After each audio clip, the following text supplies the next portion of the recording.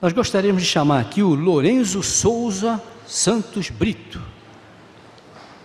os vovós Josélia e Jaimes e os pais Camila e Cláudio.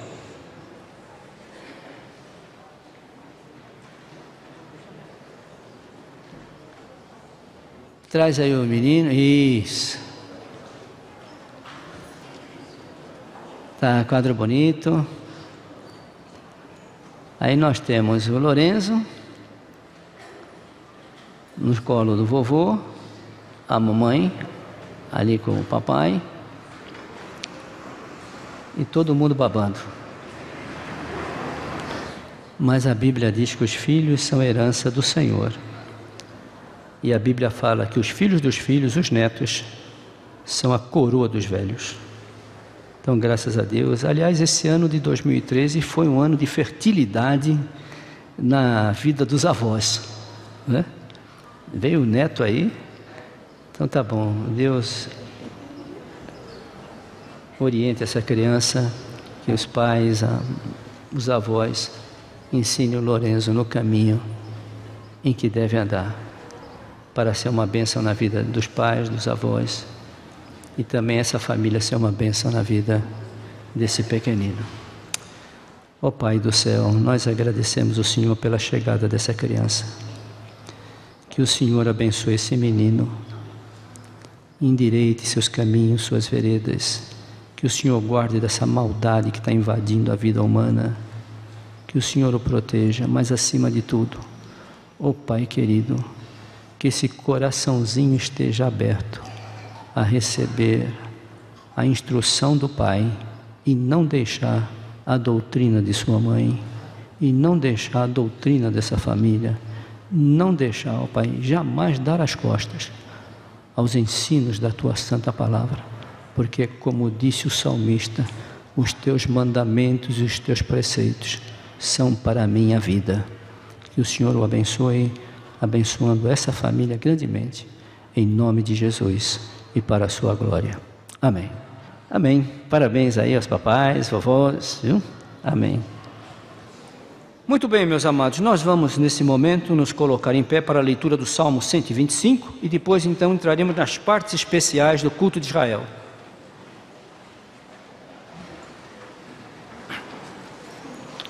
Salmo 125.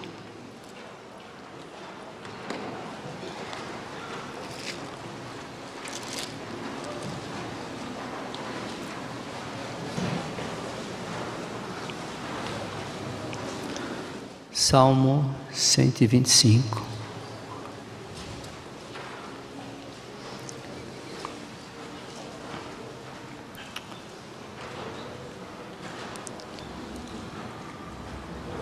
Os que confiam no Senhor são como o monte de Sião, não se abala, firme para sempre. Como em redor de Jerusalém estão os montes, assim o Senhor em derredor do seu povo, desde agora e para sempre. O cetro dos ímpios não permanecerá sobre a sorte dos justos, para que o justo não estenda a mão à iniquidade. Faze o bem, Senhor, aos bons e aos retos de coração. Quanto aos que se desviam para sendas tortuosas, levá-los-ás, ó Senhor, juntamente com os malfeitores. Paz sobre Israel. Que Deus aplique a leitura da sua santa palavra aos nossos corações. Os irmãos podem sentar.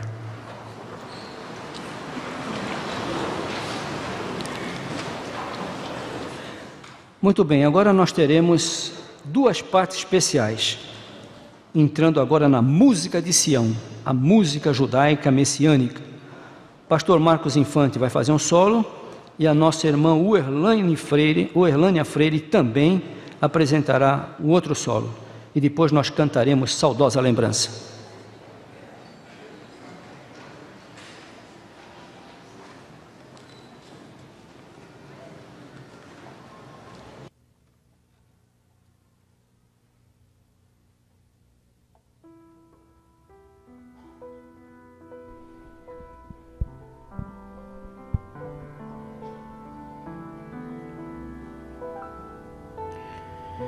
Então brotará um rebento do toco de Jessé, e das suas raízes um renovo frutificará. Isaías 11:1. Ó vem, Emanuel, redime o povo de Israel, que em triste exílio e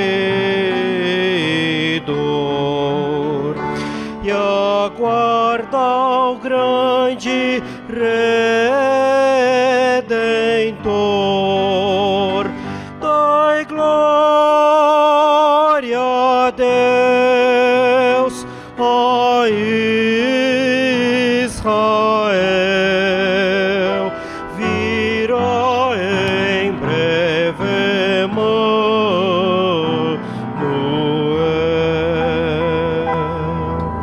Ó, vem aqui nos animar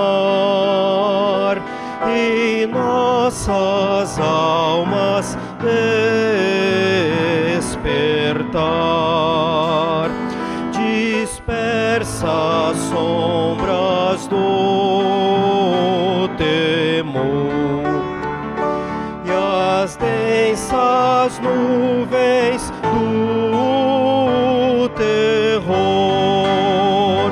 Dai glória a Deus, a Israel, virá em breve Emanuel.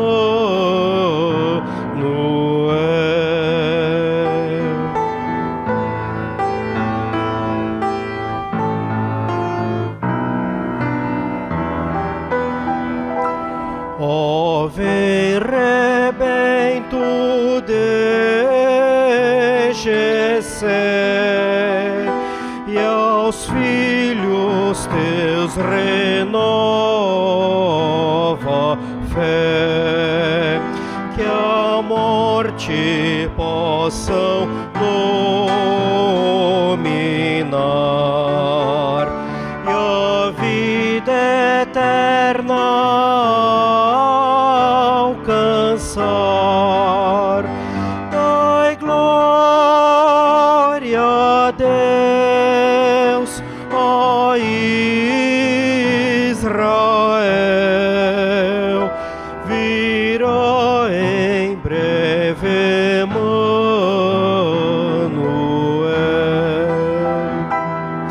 Vem, filho de Davi, ó, vem, descerra o céu de todo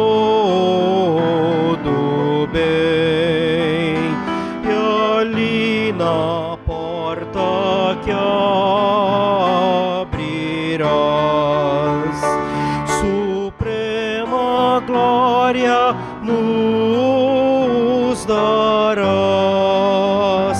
Dai glória a Deus, ó Israel, virá em breve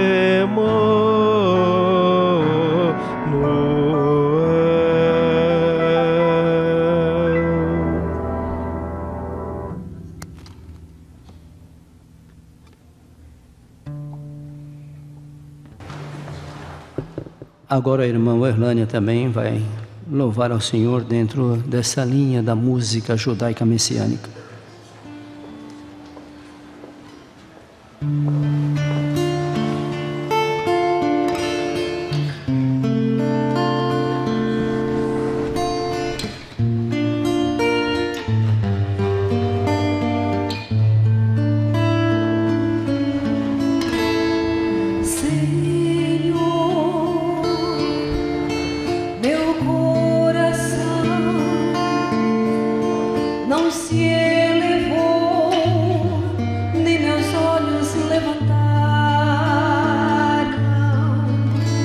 Não me exercito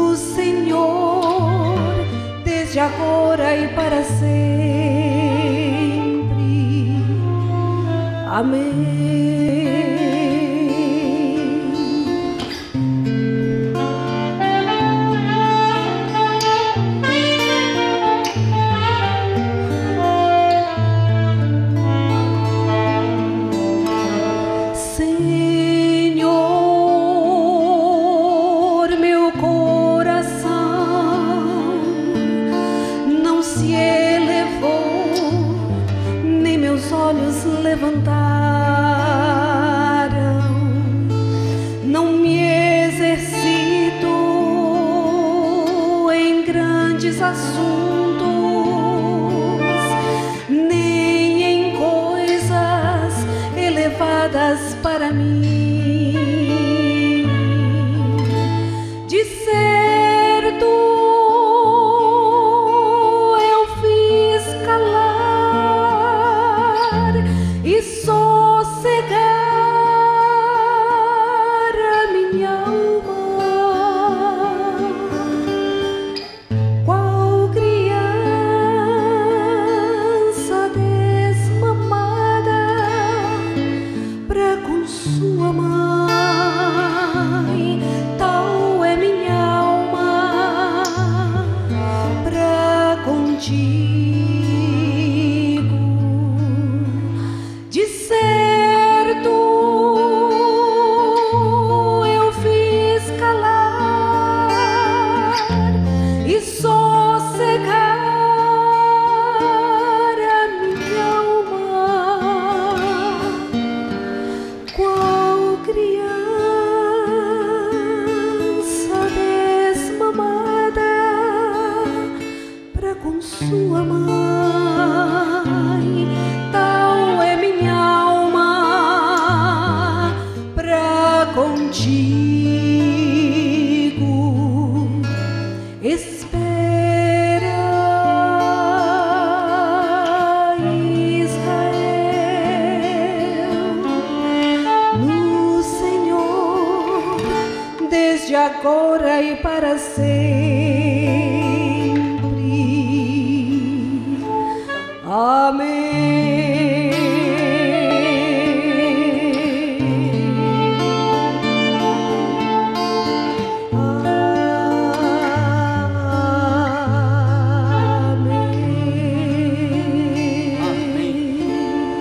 Amém. Graças a Deus. Amém. Graças a Deus, um salmo lindo, muito lindo. E toda vez que eu leio e escuto esse salmo, me lembro da Uerlânia cantando. Ela se identificou com o salmo e o salmo com ela também. Muito bem, saudosa lembrança, 96 do Cântico de Esperança, vamos nos colocar em pé? Saudosa lembrança.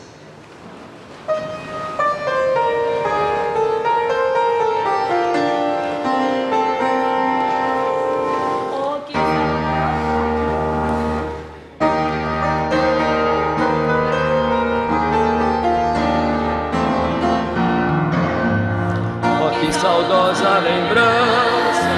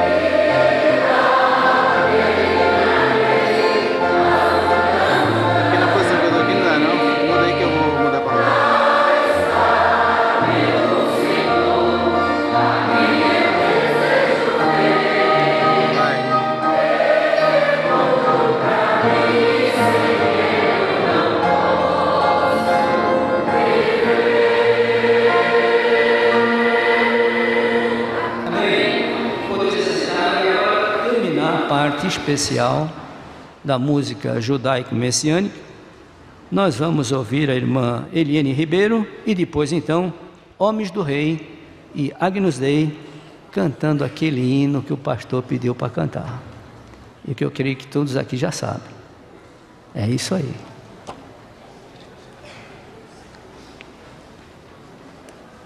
Enquanto a Eliane chega, quero anunciar aqui um convite muito bonito que chegou.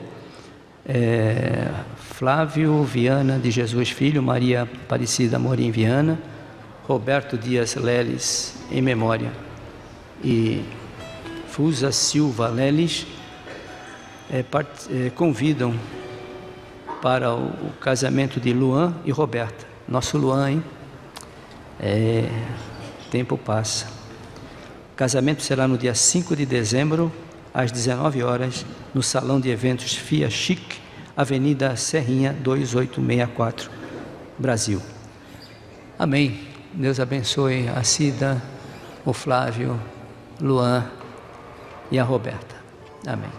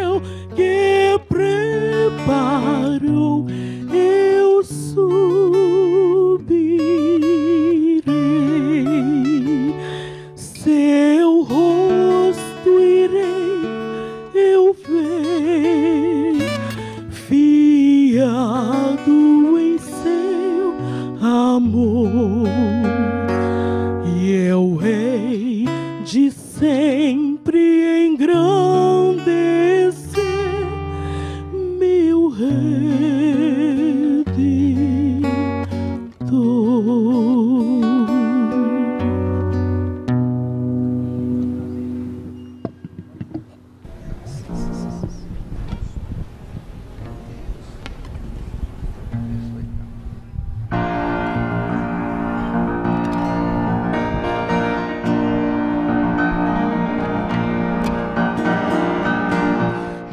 viu o trono, morada de Deus, santa cidade, Jerusalém. Sua luz brilhava como cristal, tanta beleza é sem igual. Ao redor do trono existe um rio e a árvore da vida, sim, ele viu. Eu quero ir pra esse lugar, Jerusalém.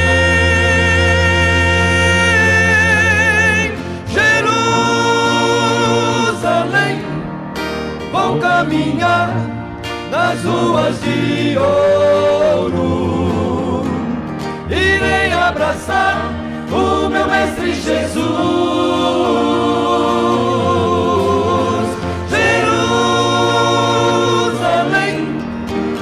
Descansar às margens do rio, na cidade, cidade de luz.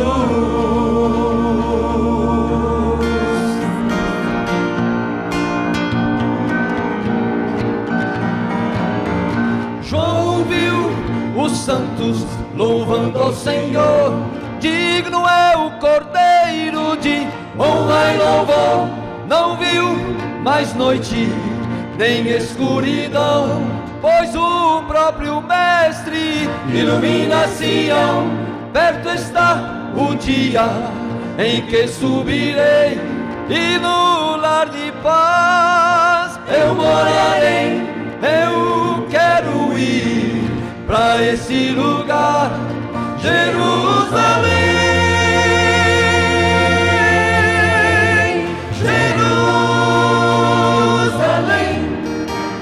Caminhar nas ruas de ouro, irei abraçar o meu mestre Jesus.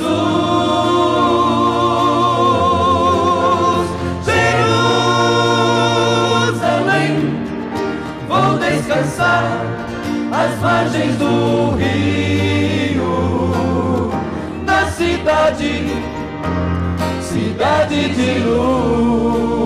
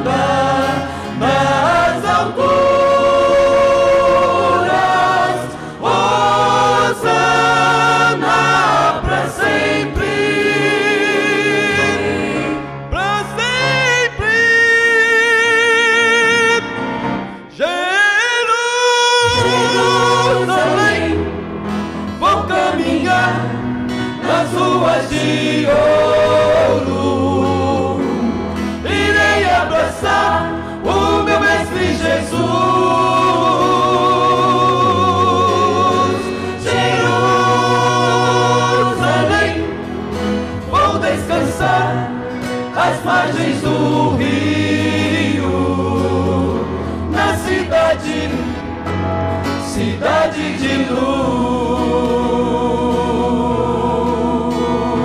Oh, morada de Deus,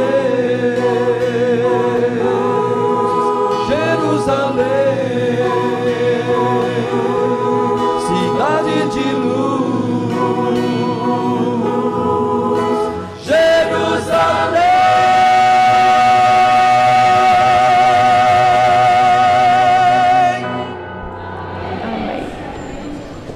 Irmãos a se colocarem em pé. Abram suas Bíblias no Evangelho de Mateus, capítulo 24.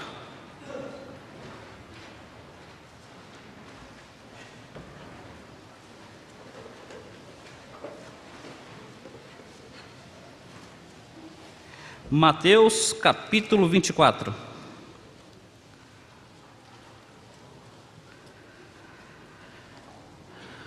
Versículos de 1 a 3.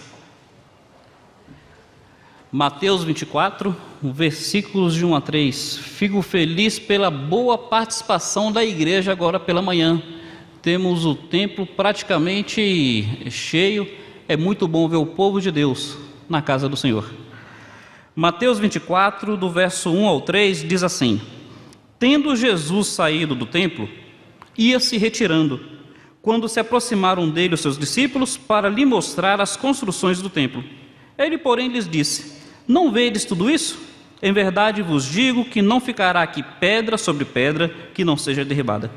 No Monte das Oliveiras achava-se Jesus assentado, quando se aproximaram dele os discípulos em particular e lhe pediram: Dize-nos, quando sucederão essas coisas? Que sinal haverá da tua vinda e da consumação do século? Bendito Senhor, obrigado pelo culto que está sendo prestado a Ti. Pedimos agora pela Tua misericórdia, pela Tua graça sobre nós, para que o Senhor se agrade em nos desafiar acerca desse assunto tão estimulante que é a vinda do Senhor. Pai, fala aos nossos ouvidos. Em nome de Cristo pedimos a Ti, Senhor. Amém, Deus. Todos podem assentar-se? Meus irmãos, nós queremos falar sobre a vinda de Cristo. Queremos aprender um pouco mais sobre este assunto e nos estimular a interessar-nos e amarmos essa realidade tão diferencial para a Igreja de Cristo.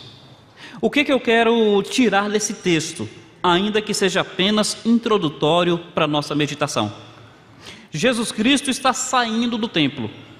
É o final do ministério de Cristo.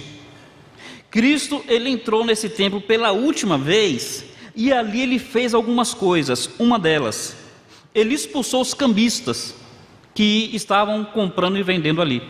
E ele chegou a dizer: olha, era para ser casa de oração, vocês transformaram em covil de ladrões.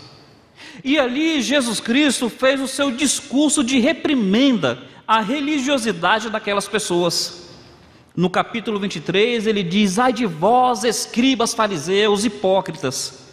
Então ele lida com a questão religiosa que havia dentro do templo, porque transformaram a casa de Deus em covil de ladrões, e havia um ambiente de hipocrisia religiosa que o levou a fazer o seu mais severo discurso, que é todo o capítulo 23. E no final do capítulo ele termina dizendo: Jerusalém, Jerusalém, matas os profetas, apedrejas os que te são enviados. Quantas vezes eu quis te colocar debaixo dos meus braços, como a galinha faz com seus pintinhos, mas vocês não quiseram. E ele termina dizendo: eis que desde agora a vossa casa ficará deserta, não mais me vereis, até que digais: bendito aquele que vem em nome do Senhor. Então, meus queridos, ele sai do templo desse contexto. Ele sai do templo depois de ter expulsado aqueles que faziam do templo covil de ladrões. Ele sai do templo depois de ter dado o seu mais severo sermão contra a religiosidade hipócrita. E ele sai do templo dizendo que Jerusalém não mais o veria até que se arrependesse. E o que acontece no capítulo 24? Ele acabou de sair do templo e os discípulos estão dizendo: olha, Senhor, que templo bonito. Os discípulos estão admirando aquilo do qual Jesus havia se retirado. Percebem que é isso que está acontecendo? Jesus tinha se retirado do templo e os discípulos continuavam admirando algo do qual Jesus não fazia mais parte. Meus queridos, aqui fica uma reflexão para nós. Às vezes nós nos apegamos tanto à forma que nós não percebemos o valor da essência. A essência do templo havia saído, que é a pessoa de Cristo. A forma continuava, aquele templo majestoso. Em primeiro lugar, meus irmãos, a gente precisa refletir isso. Quando a gente olha para assuntos referentes a Deus, a Cristo, a palavra de Deus e a vinda de Cristo, nós precisamos nos apegar à essência. A essência. Porque senão, quando eu era criança, São Paulo, a gente sabia que choveria através do canto da cigarra. A cigarra colava no poste e ficava ali fazendo aquele barulho. E no outro dia a gente ia lá e não tinha mais a cigarra, só tinha casca. Ficava aquela casca com o formato da cigarra, que é o esqueleto dela, né? Mas estava tudo vazio. É mais ou menos isso. Fica apenas a casca. A essência já não faz mais parte. Só que imediatamente já nos vem um exemplo positivo dos discípulos. Jesus fala: olha, a partir daí não ficará pedra sobre pedra. E Jesus sai, ele vai para o Monte das Oliveiras. E o texto fala que os discípulos vão atrás. Se você observa o versículo 2, diz assim: os discípulos em particular. Meus queridos, realmente os discípulos erraram no versículo 1 por valorizar mais a forma do que a essência. Mas no versículo 2 eles corrigem esse erro. Eles começam a se interessar por estar com Cristo em particular. E meus irmãos, quando nós pensamos acerca da vinda de Cristo, nós precisamos entender que a vinda de Cristo tem que trazer sobre nós um desejo por intimidade com o Senhor. Eu preciso praticar o meu particular com Jesus. Só eu e o Senhor. Só eu e Jesus. De repente é no meu quarto. De repente é um momento que eu estou reservando apenas para mim e para o Senhor.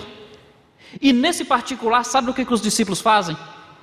Os discípulos dizem: Senhor, aquilo que o Senhor acabou de falar nos despertou interesse e também nos deixou confuso. A gente quer tirar algumas dúvidas com o Senhor e a gente não quer saber só sobre aquilo, não. O Senhor tinha falado apenas sobre a destruição do templo, só que nós também queremos saber acerca da tua vinda. Meus irmãos, eu vejo que os discípulos estão com sede por intimidade e os discípulos querem saber mais sobre Jesus. A vinda de Cristo deve nos levar a ter essa percepção. A importância não é a forma, a importância é a essência. A importância não é a beleza das pedras, a importância é a aprovação de Jesus. Porque se Jesus não estiver aprovando, pode ter a forma que for, não é importante para ele. A importância é participarmos de um particular com Jesus. E é importante que nós nos interessemos por aprender mais da pessoa do Senhor, aprendermos mais acerca da vinda de Cristo. Diante disso, eu gostaria de considerar 3 coisas sobre a vinda de Cristo. Em primeiro lugar, como se dará a vinda do Senhor? Quando nós falamos da vinda de Cristo, como é que se dará a vinda do Senhor? Meus irmãos, a vinda de Cristo se dará em 2 etapas. A vinda de Cristo para a igreja e a vinda de Cristo para o mundo. Nós precisamos entender isso. Quando a Bíblia fala sobre a vinda de Cristo, fala de 2 momentos diferentes, para 2 grupos de pessoas diferentes e em 2 locais diferentes. 2 momentos diferentes, 2 grupos de pessoas diferentes, 2 locais diferentes. Abram comigo aí suas Bíblias. Olha, por favor, 1 Tessalonicenses capítulo 4. 1 Tessalonicenses capítulo 4. A vinda de Cristo é uma realidade.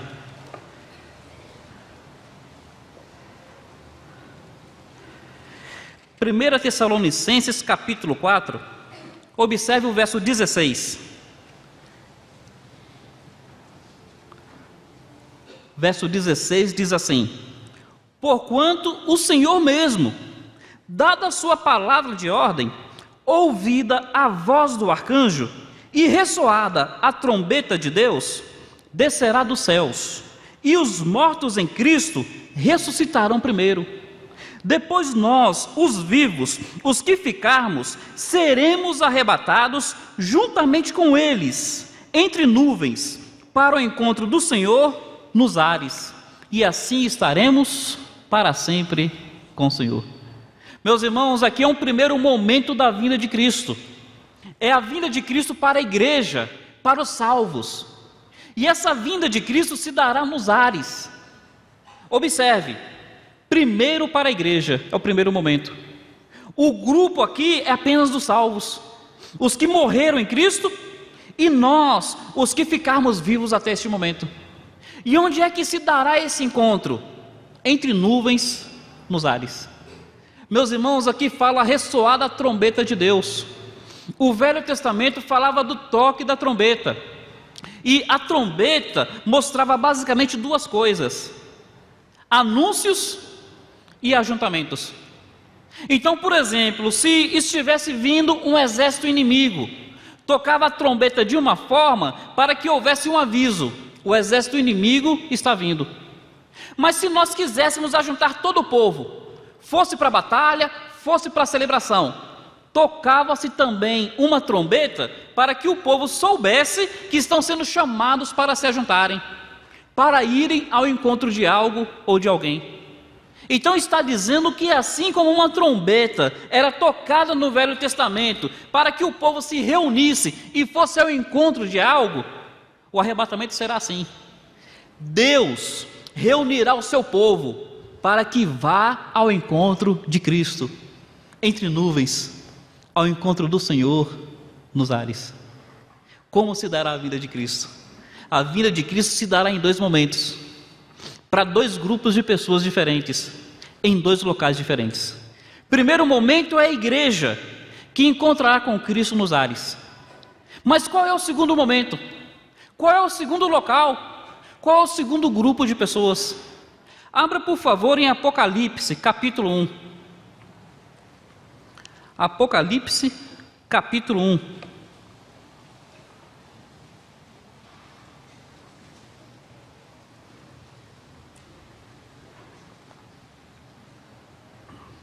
Apocalipse 1, observe o versículo 7.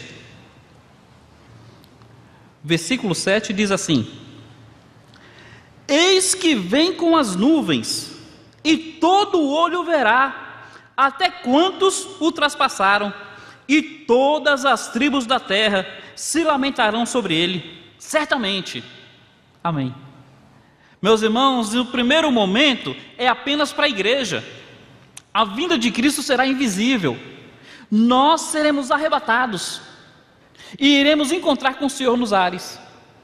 Mas nesse segundo momento, o texto está dizendo que o Senhor virá à terra, que todo o olho verá. O texto é tão enfático em dizer que todos verão, que o texto cita até mesmo aqueles que o traspassaram. Se lembram que Cristo na cruz, houve soldados que enfiaram uma lança no seu lado? O texto está dizendo que até esses soldados, que hoje estão no inferno, até esses soldados do inferno verão a vinda de Cristo. E o texto está dizendo que todas as tribos da terra lamentarão por terem rejeitado o Messias. Meus irmãos, a vinda de Cristo se dará assim em dois momentos: o primeiro nos ares, o segundo na terra. A vinda de Cristo se dará para dois grupos de pessoas: para a igreja nos ares, para todas as tribos da terra na terra. A vinda de Cristo causará dois sentimentos: para a igreja, regozijo, gozo, alegria, glória a Deus, vamos encontrar o nosso Senhor. Para o mundo, choro, tristeza, remorso, rejeitamos o Messias. Assim se dará a vinda de Cristo, para a igreja e para o mundo. E Apocalipse vai nos mostrar isso com duas expressões. Por duas vezes Apocalipse vai dizer que os céus se abrem. Observe o capítulo 4 de Apocalipse. Capítulo 4, versículo 1, diz assim: depois dessas coisas olhei, e eis não somente uma porta no céu, como também a primeira voz que ouvi como de trombeta a falar comigo, dizendo: sobe para aqui e te mostrarei o que deve acontecer depois dessas coisas. Primeira vez, os céus abertos. E aqui, meus queridos, é uma aplicação para o arrebatamento da igreja. Se você estuda Apocalipse, você perceberá que Jesus manda João escrever sobre três coisas: o que ele viu, as coisas que são e as coisas que hão de acontecer depois dessas. O que João viu está no capítulo 1, que é Cristo glorificado. As coisas que são estão no capítulo 2 e 3, que é o período da igreja. A partir do capítulo 4, não fala mais de igreja. só vai falar de igreja lá no capítulo 19. O que isso quer dizer? Que aqui no capítulo 4, quando os céus se abrem e diz sobe, é uma aplicação para o arrebatamento da igreja. Os céus se abrem por 2 vezes no Apocalipse. A primeira é para que a igreja suba, encontro com o Senhor nos ares, e assim estaremos para sempre com o Senhor. Mas a Bíblia vai falar uma segunda vez em Apocalipse que os céus se abriram. Observe, por favor, Apocalipse 19. 19, versículo 11.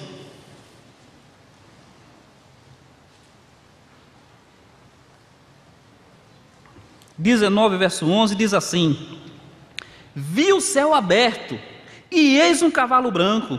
O seu cavaleiro se chama Fiel e Verdadeiro, e julga e peleja com justiça. Os seus olhos são chama de fogo, na sua cabeça há muitos diademas, tem um nome escrito que ninguém conhece senão ele mesmo. Está vestido com um manto tinto de sangue, e o seu nome se chama o Verbo de Deus. E seguiam-no os exércitos que há no céu, montando cavalos brancos, com vestidura de linho finíssimo, branco e puro.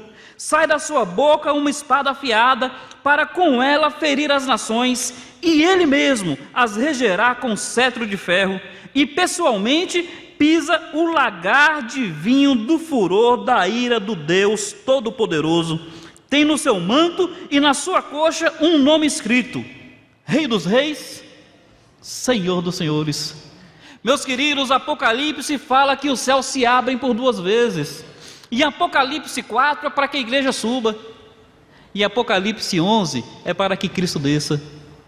Em Apocalipse 4 é para que a igreja encontre com Cristo nos ares. Em Apocalipse 19 é para que Cristo venha sobre a terra. A vinda de Cristo se dará em 2 momentos. A vinda de Cristo se dará para 2 grupos de pessoas. A vinda de Cristo se dará em 2 locais diferentes. E meus queridos, eu quero repetir algo que falei algum tempo atrás. Eu ouço alguns dizerem que se Cristo viesse à terra de novo, as pessoas fariam com ele a mesma coisa que fizeram da primeira vez. Da primeira vez cuspiram, esbofetearam, rejeitaram, crucificaram. E as pessoas dizem que se Cristo viesse à terra, fariam isso com ele de novo. Não é verdade? Porque na primeira vez Cristo veio em humilhação. Na segunda, Cristo virá em glorificação. Cristo virá cheio de glória. E se vocês perceberam, diz que com ele virá o exército dos céus. Lembram que a igreja subiu no capítulo 4? A igreja estará voltando agora no capítulo 19. Nós viremos com ele montando cavalos brancos, com vestidos de linho finíssimo e branco, que são as obras de justiça dos santos. Glória a Deus, assim se dará a vinda de Cristo. Mas meus irmãos, eu quero ir adiante e considerar um segundo ponto. Para que Cristo virá buscar a sua igreja? Para que Cristo virá buscar o seu povo? E aqui eu gostaria que vocês considerassem algumas razões. Abram em 1 Tessalonicenses capítulo 1. Para que Cristo buscará o seu povo? 1 Tessalonicenses capítulo 1.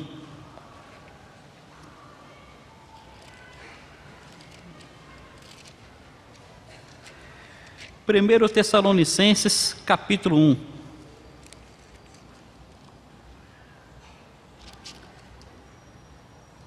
Versículo 10 diz assim: e para aguardares dos céus o seu Filho, aquele ressuscitou dentre os mortos, que nos livra da ira vindoura. Meus irmãos, nós viremos ao encontro do Senhor nos ares. O Senhor nos buscará para que Ele nos livre da ira vindoura. A palavra do Senhor diz que haverá um período de tribulação na terra, um período de tribulação tal que nunca se descreveu na história. A Bíblia chega a dizer que esse período será dividido em 2 momentos: tribulação e grande tribulação.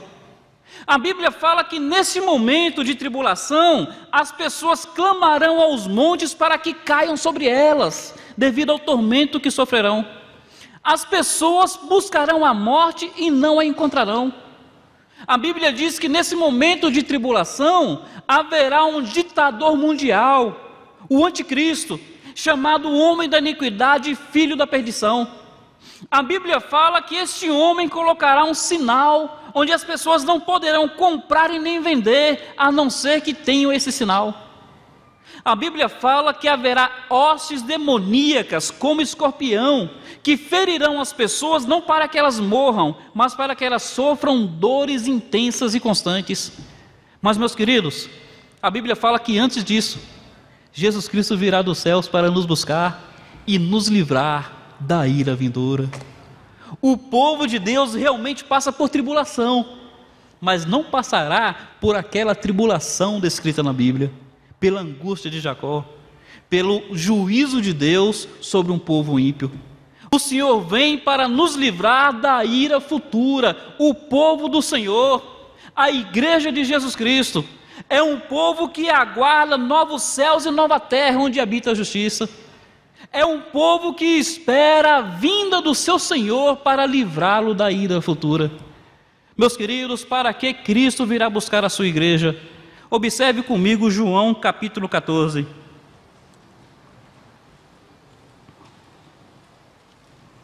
João capítulo 14.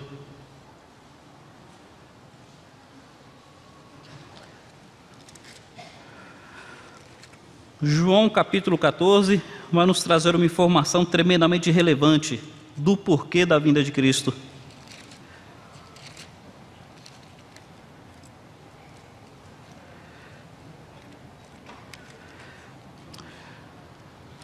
João 14, versículo 3, diz assim: E quando eu for e vos preparar lugar, voltarei e vos receberei para mim mesmo, para que onde eu estiver, estejais vós também.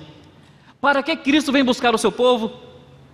Para que haja uma intimidade, para que haja uma união, para que haja uma comunhão tal, que onde Ele estiver, estaremos nós também.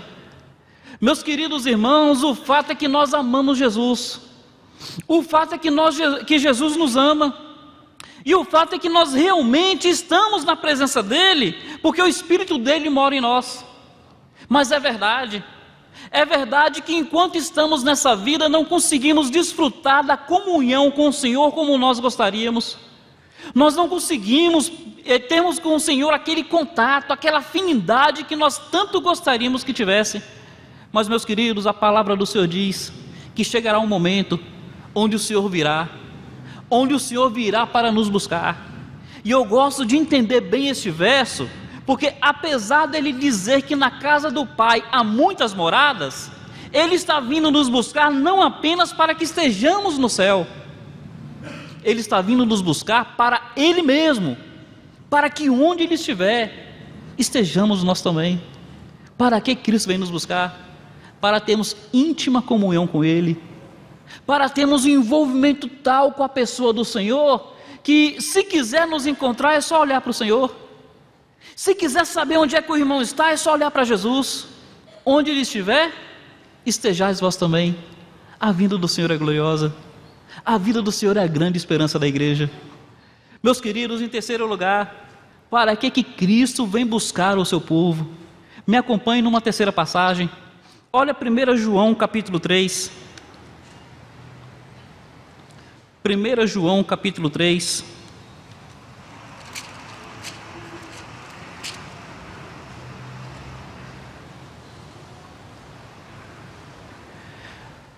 João capítulo 3, versículo 2 diz assim: Amados, agora somos filhos de Deus, e ainda não sabemos, amados, agora somos filhos de Deus, e ainda não se manifestou o que haveremos de ser. Sabemos que, quando Ele se manifestar, seremos semelhantes a Ele, porque haveremos de vê-lo como Ele é. Sabe o que João está dizendo?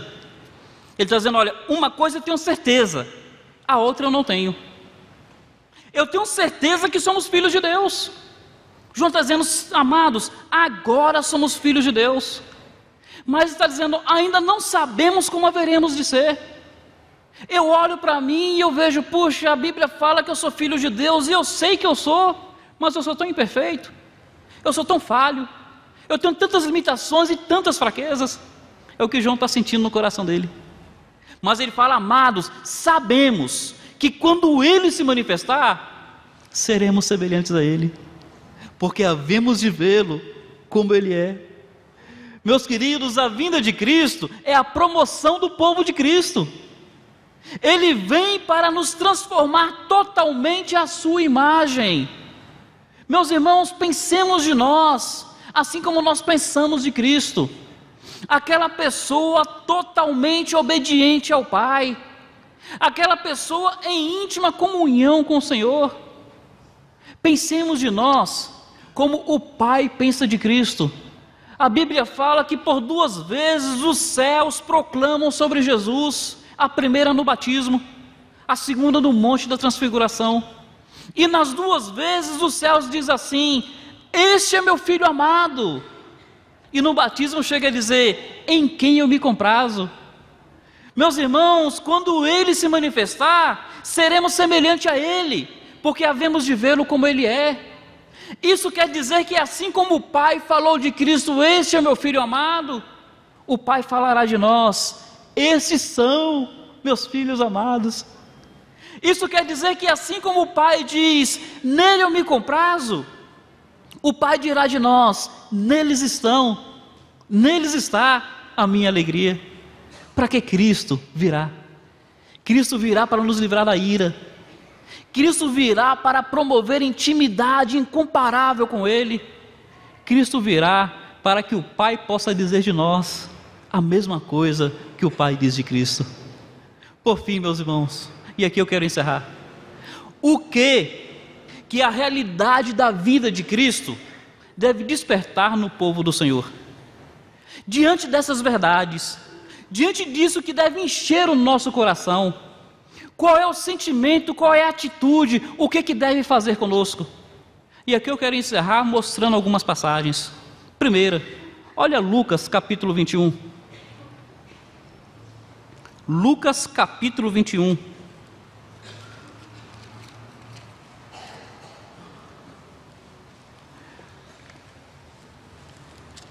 Lucas 21, verso 28, diz assim,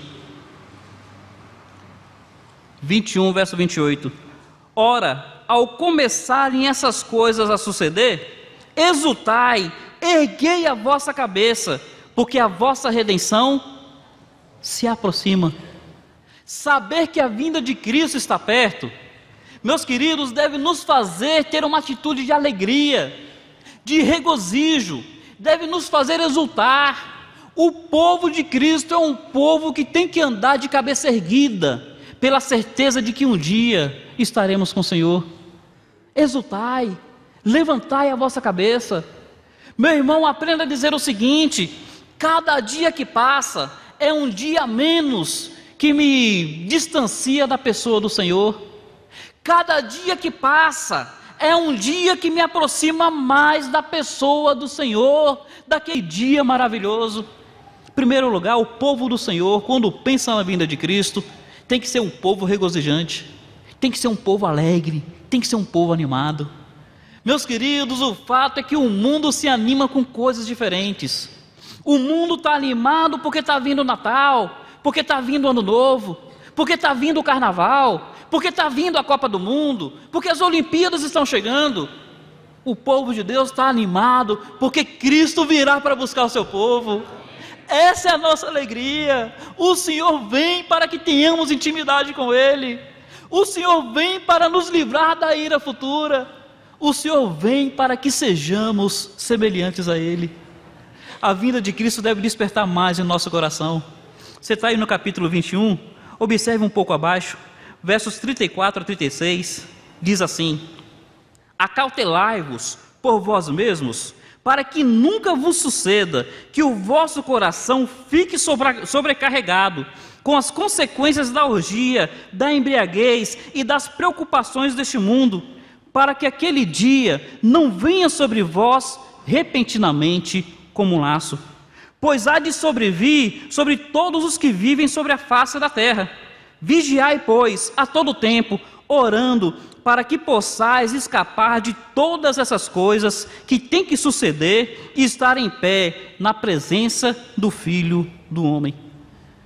Aqui, Lucas, falando sobre a vida de Cristo, ele vai terminar dando uma exortação de Cristo ao seu povo. Já que o Cristo vem, já que o Filho se aproxima, nós precisamos nos esforçar para termos uma vida vigilante, uma vida pura, para que não caiamos nas orgias do mundo, na bebedeira do mundo, nas preocupações que existem no mundo, para que isso não seja um laço para nós. Meus queridos, sabe o que é laço? É aquilo que nos prende. Às vezes, quando nós falamos da vinda de Cristo, as pessoas podem ter um sentimento de pesar. Puxa, é aquela casa na praia que eu não vou poder desfrutar. Puxa, é aquele salário gordo que eu tenho. Puxa, isso e aquilo que existe no mundo. Meus queridos, a realidade da vinda de Cristo deve nos levar a nos esforçar a termos uma vida pura. 1 Tessalonicenses capítulo 5, eu só vou citar aqui, diz que a vinda de Cristo virá como um ladrão. Meus irmãos, vamos considerar, ladrão vindo até você é agradável? Mas 1 Tessalonicenses 5 está falando da vinda de Cristo para o mundo. E aí depois vai nos dizer o seguinte: mas vocês não precisam esperar a vinda de Cristo como um ladrão. Para vocês não tem que ser um motivo de preocupação, tem que ser um motivo de alegria, tem que ser um motivo de regozijo. Mas, meus irmãos, para que isso aconteça, nós precisamos nos esforçar a termos uma vida pura, uma vida envolvida com a pessoa de Cristo. E, meus queridos, me permitam fazer aqui algumas aplicações. A vinda de Cristo deve me fazer a me envolver com o povo de Deus. Como é que eu posso dizer que eu amo a vinda de Cristo se eu parei de congregar? Se eu vou na igreja, como diz o povo, de caju em caju? A vinda de Cristo não vai ser um motivo de alegria para mim se eu não estou envolvido com o povo de Deus. Indo além, a vinda de Cristo para mim deve ser um motivo para que não haja barreiras entre mim e nenhum irmão em Cristo. Meus queridos, parem para pensar, Cristo vindo, é justo, é válido, é bom que você e seu irmão tenham problemas de relacionamento, que você olhe para o seu irmão de rosto virado, que seu irmão olhe para você dessa forma. A vinda de Cristo deve nos levar a procurar ter uma vida reta, uma vida pura, uma vida que não permita que a vinda de Cristo seja para nós um laço. A vinda de Cristo, meus queridos, em último lugar, para nós encerrarmos, abram por favor em 1 Pedro. 1 Pedro, desculpa, é 2 Pedro capítulo 3. 2 Pedro capítulo 3. E aqui nós encerramos. 2 Pedro 3, versículo 9, diz assim: não retarda o Senhor a sua promessa, como alguns a julgam demorada. Pelo contrário, Ele é longânimo para convosco, não querendo que nenhum pereça, senão que todos cheguem ao arrependimento. Pedro está dizendo o seguinte, que a vinda de Cristo, pelas pessoas, parecia que estava sendo demorada. E as pessoas diziam, olha, os pais já morreram e Cristo ainda não veio. E Pedro vai dizer, olha, a vinda de Cristo não está sendo demorada não. O Senhor não retarda. O que acontece é que o Senhor está sendo longânimo. O Senhor ainda não veio porque Ele deseja que muitos outros cheguem ao conhecimento da verdade. Isso nos leva a entender que a vinda de Cristo deve ser fervor missionário no coração da sua igreja. Meus irmãos, por que Cristo não veio ainda? Porque pessoas precisam chegar ao conhecimento da verdade. Cristo não está retardando, Ele está sendo longânimo. Ele está dando a nós a oportunidade de evangelizarmos, de buscarmos pessoas para conhecer a maravilha que nós temos em Cristo hoje. O Senhor não retarda, Ele é longânimo, Ele está te dando oportunidade para evangelizar seu vizinho, Ele está te dando oportunidade para evangelizar sua família. Ele está te dando oportunidade para evangelizar a nossa região, para nos envolvermos com a obra missionária, com o trabalho de Deus espalhado pela face da terra. O Senhor é longânimo, e a vinda de Cristo deve despertar na sua igreja fervor missionário. Meu querido, para pensar nisso. A Bíblia fala que os dias dos homens sobre a terra são 70, se muito 80. É pouco tempo comparado com a eternidade. Como é que você quer gastar sua vida? Você quer gastar sua vida em concurso público? Ganhando dinheiro? E status social? Ou você quer gastar a sua vida em coisas que realmente contribuam para a eternidade? O Senhor é longânimo, e a longanimidade do Senhor quanto à vinda dele deve despertar no coração da sua igreja esse fervor em alcançar os perdidos. Em nome de Cristo, que seja sempre a nossa realidade. Que o Senhor nos abençoe. Convido-os agora a curvarem suas cabeças. Pastor Infante assumirá o púlpito. Enquanto ele vem, eu gostaria que você fizesse uma reflexão no seu coração acerca da vinda de Cristo. Não deve ser apenas uma história que nos empolgue, deve ser a sua viva esperança, pela qual você tem contentamento, pela qual você se esforça por ter uma vida reta, uma vida íntegra.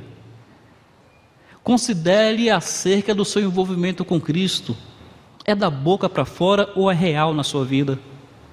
Seus relacionamentos com seus irmãos, sua contribuição para com o trabalho de Deus. Queridos irmãos, em nome de Jesus, que nós sejamos um povo vivo e ativo no trabalho do Senhor, sabendo que Cristo vem para recompensar o seu povo. Pastor Infante.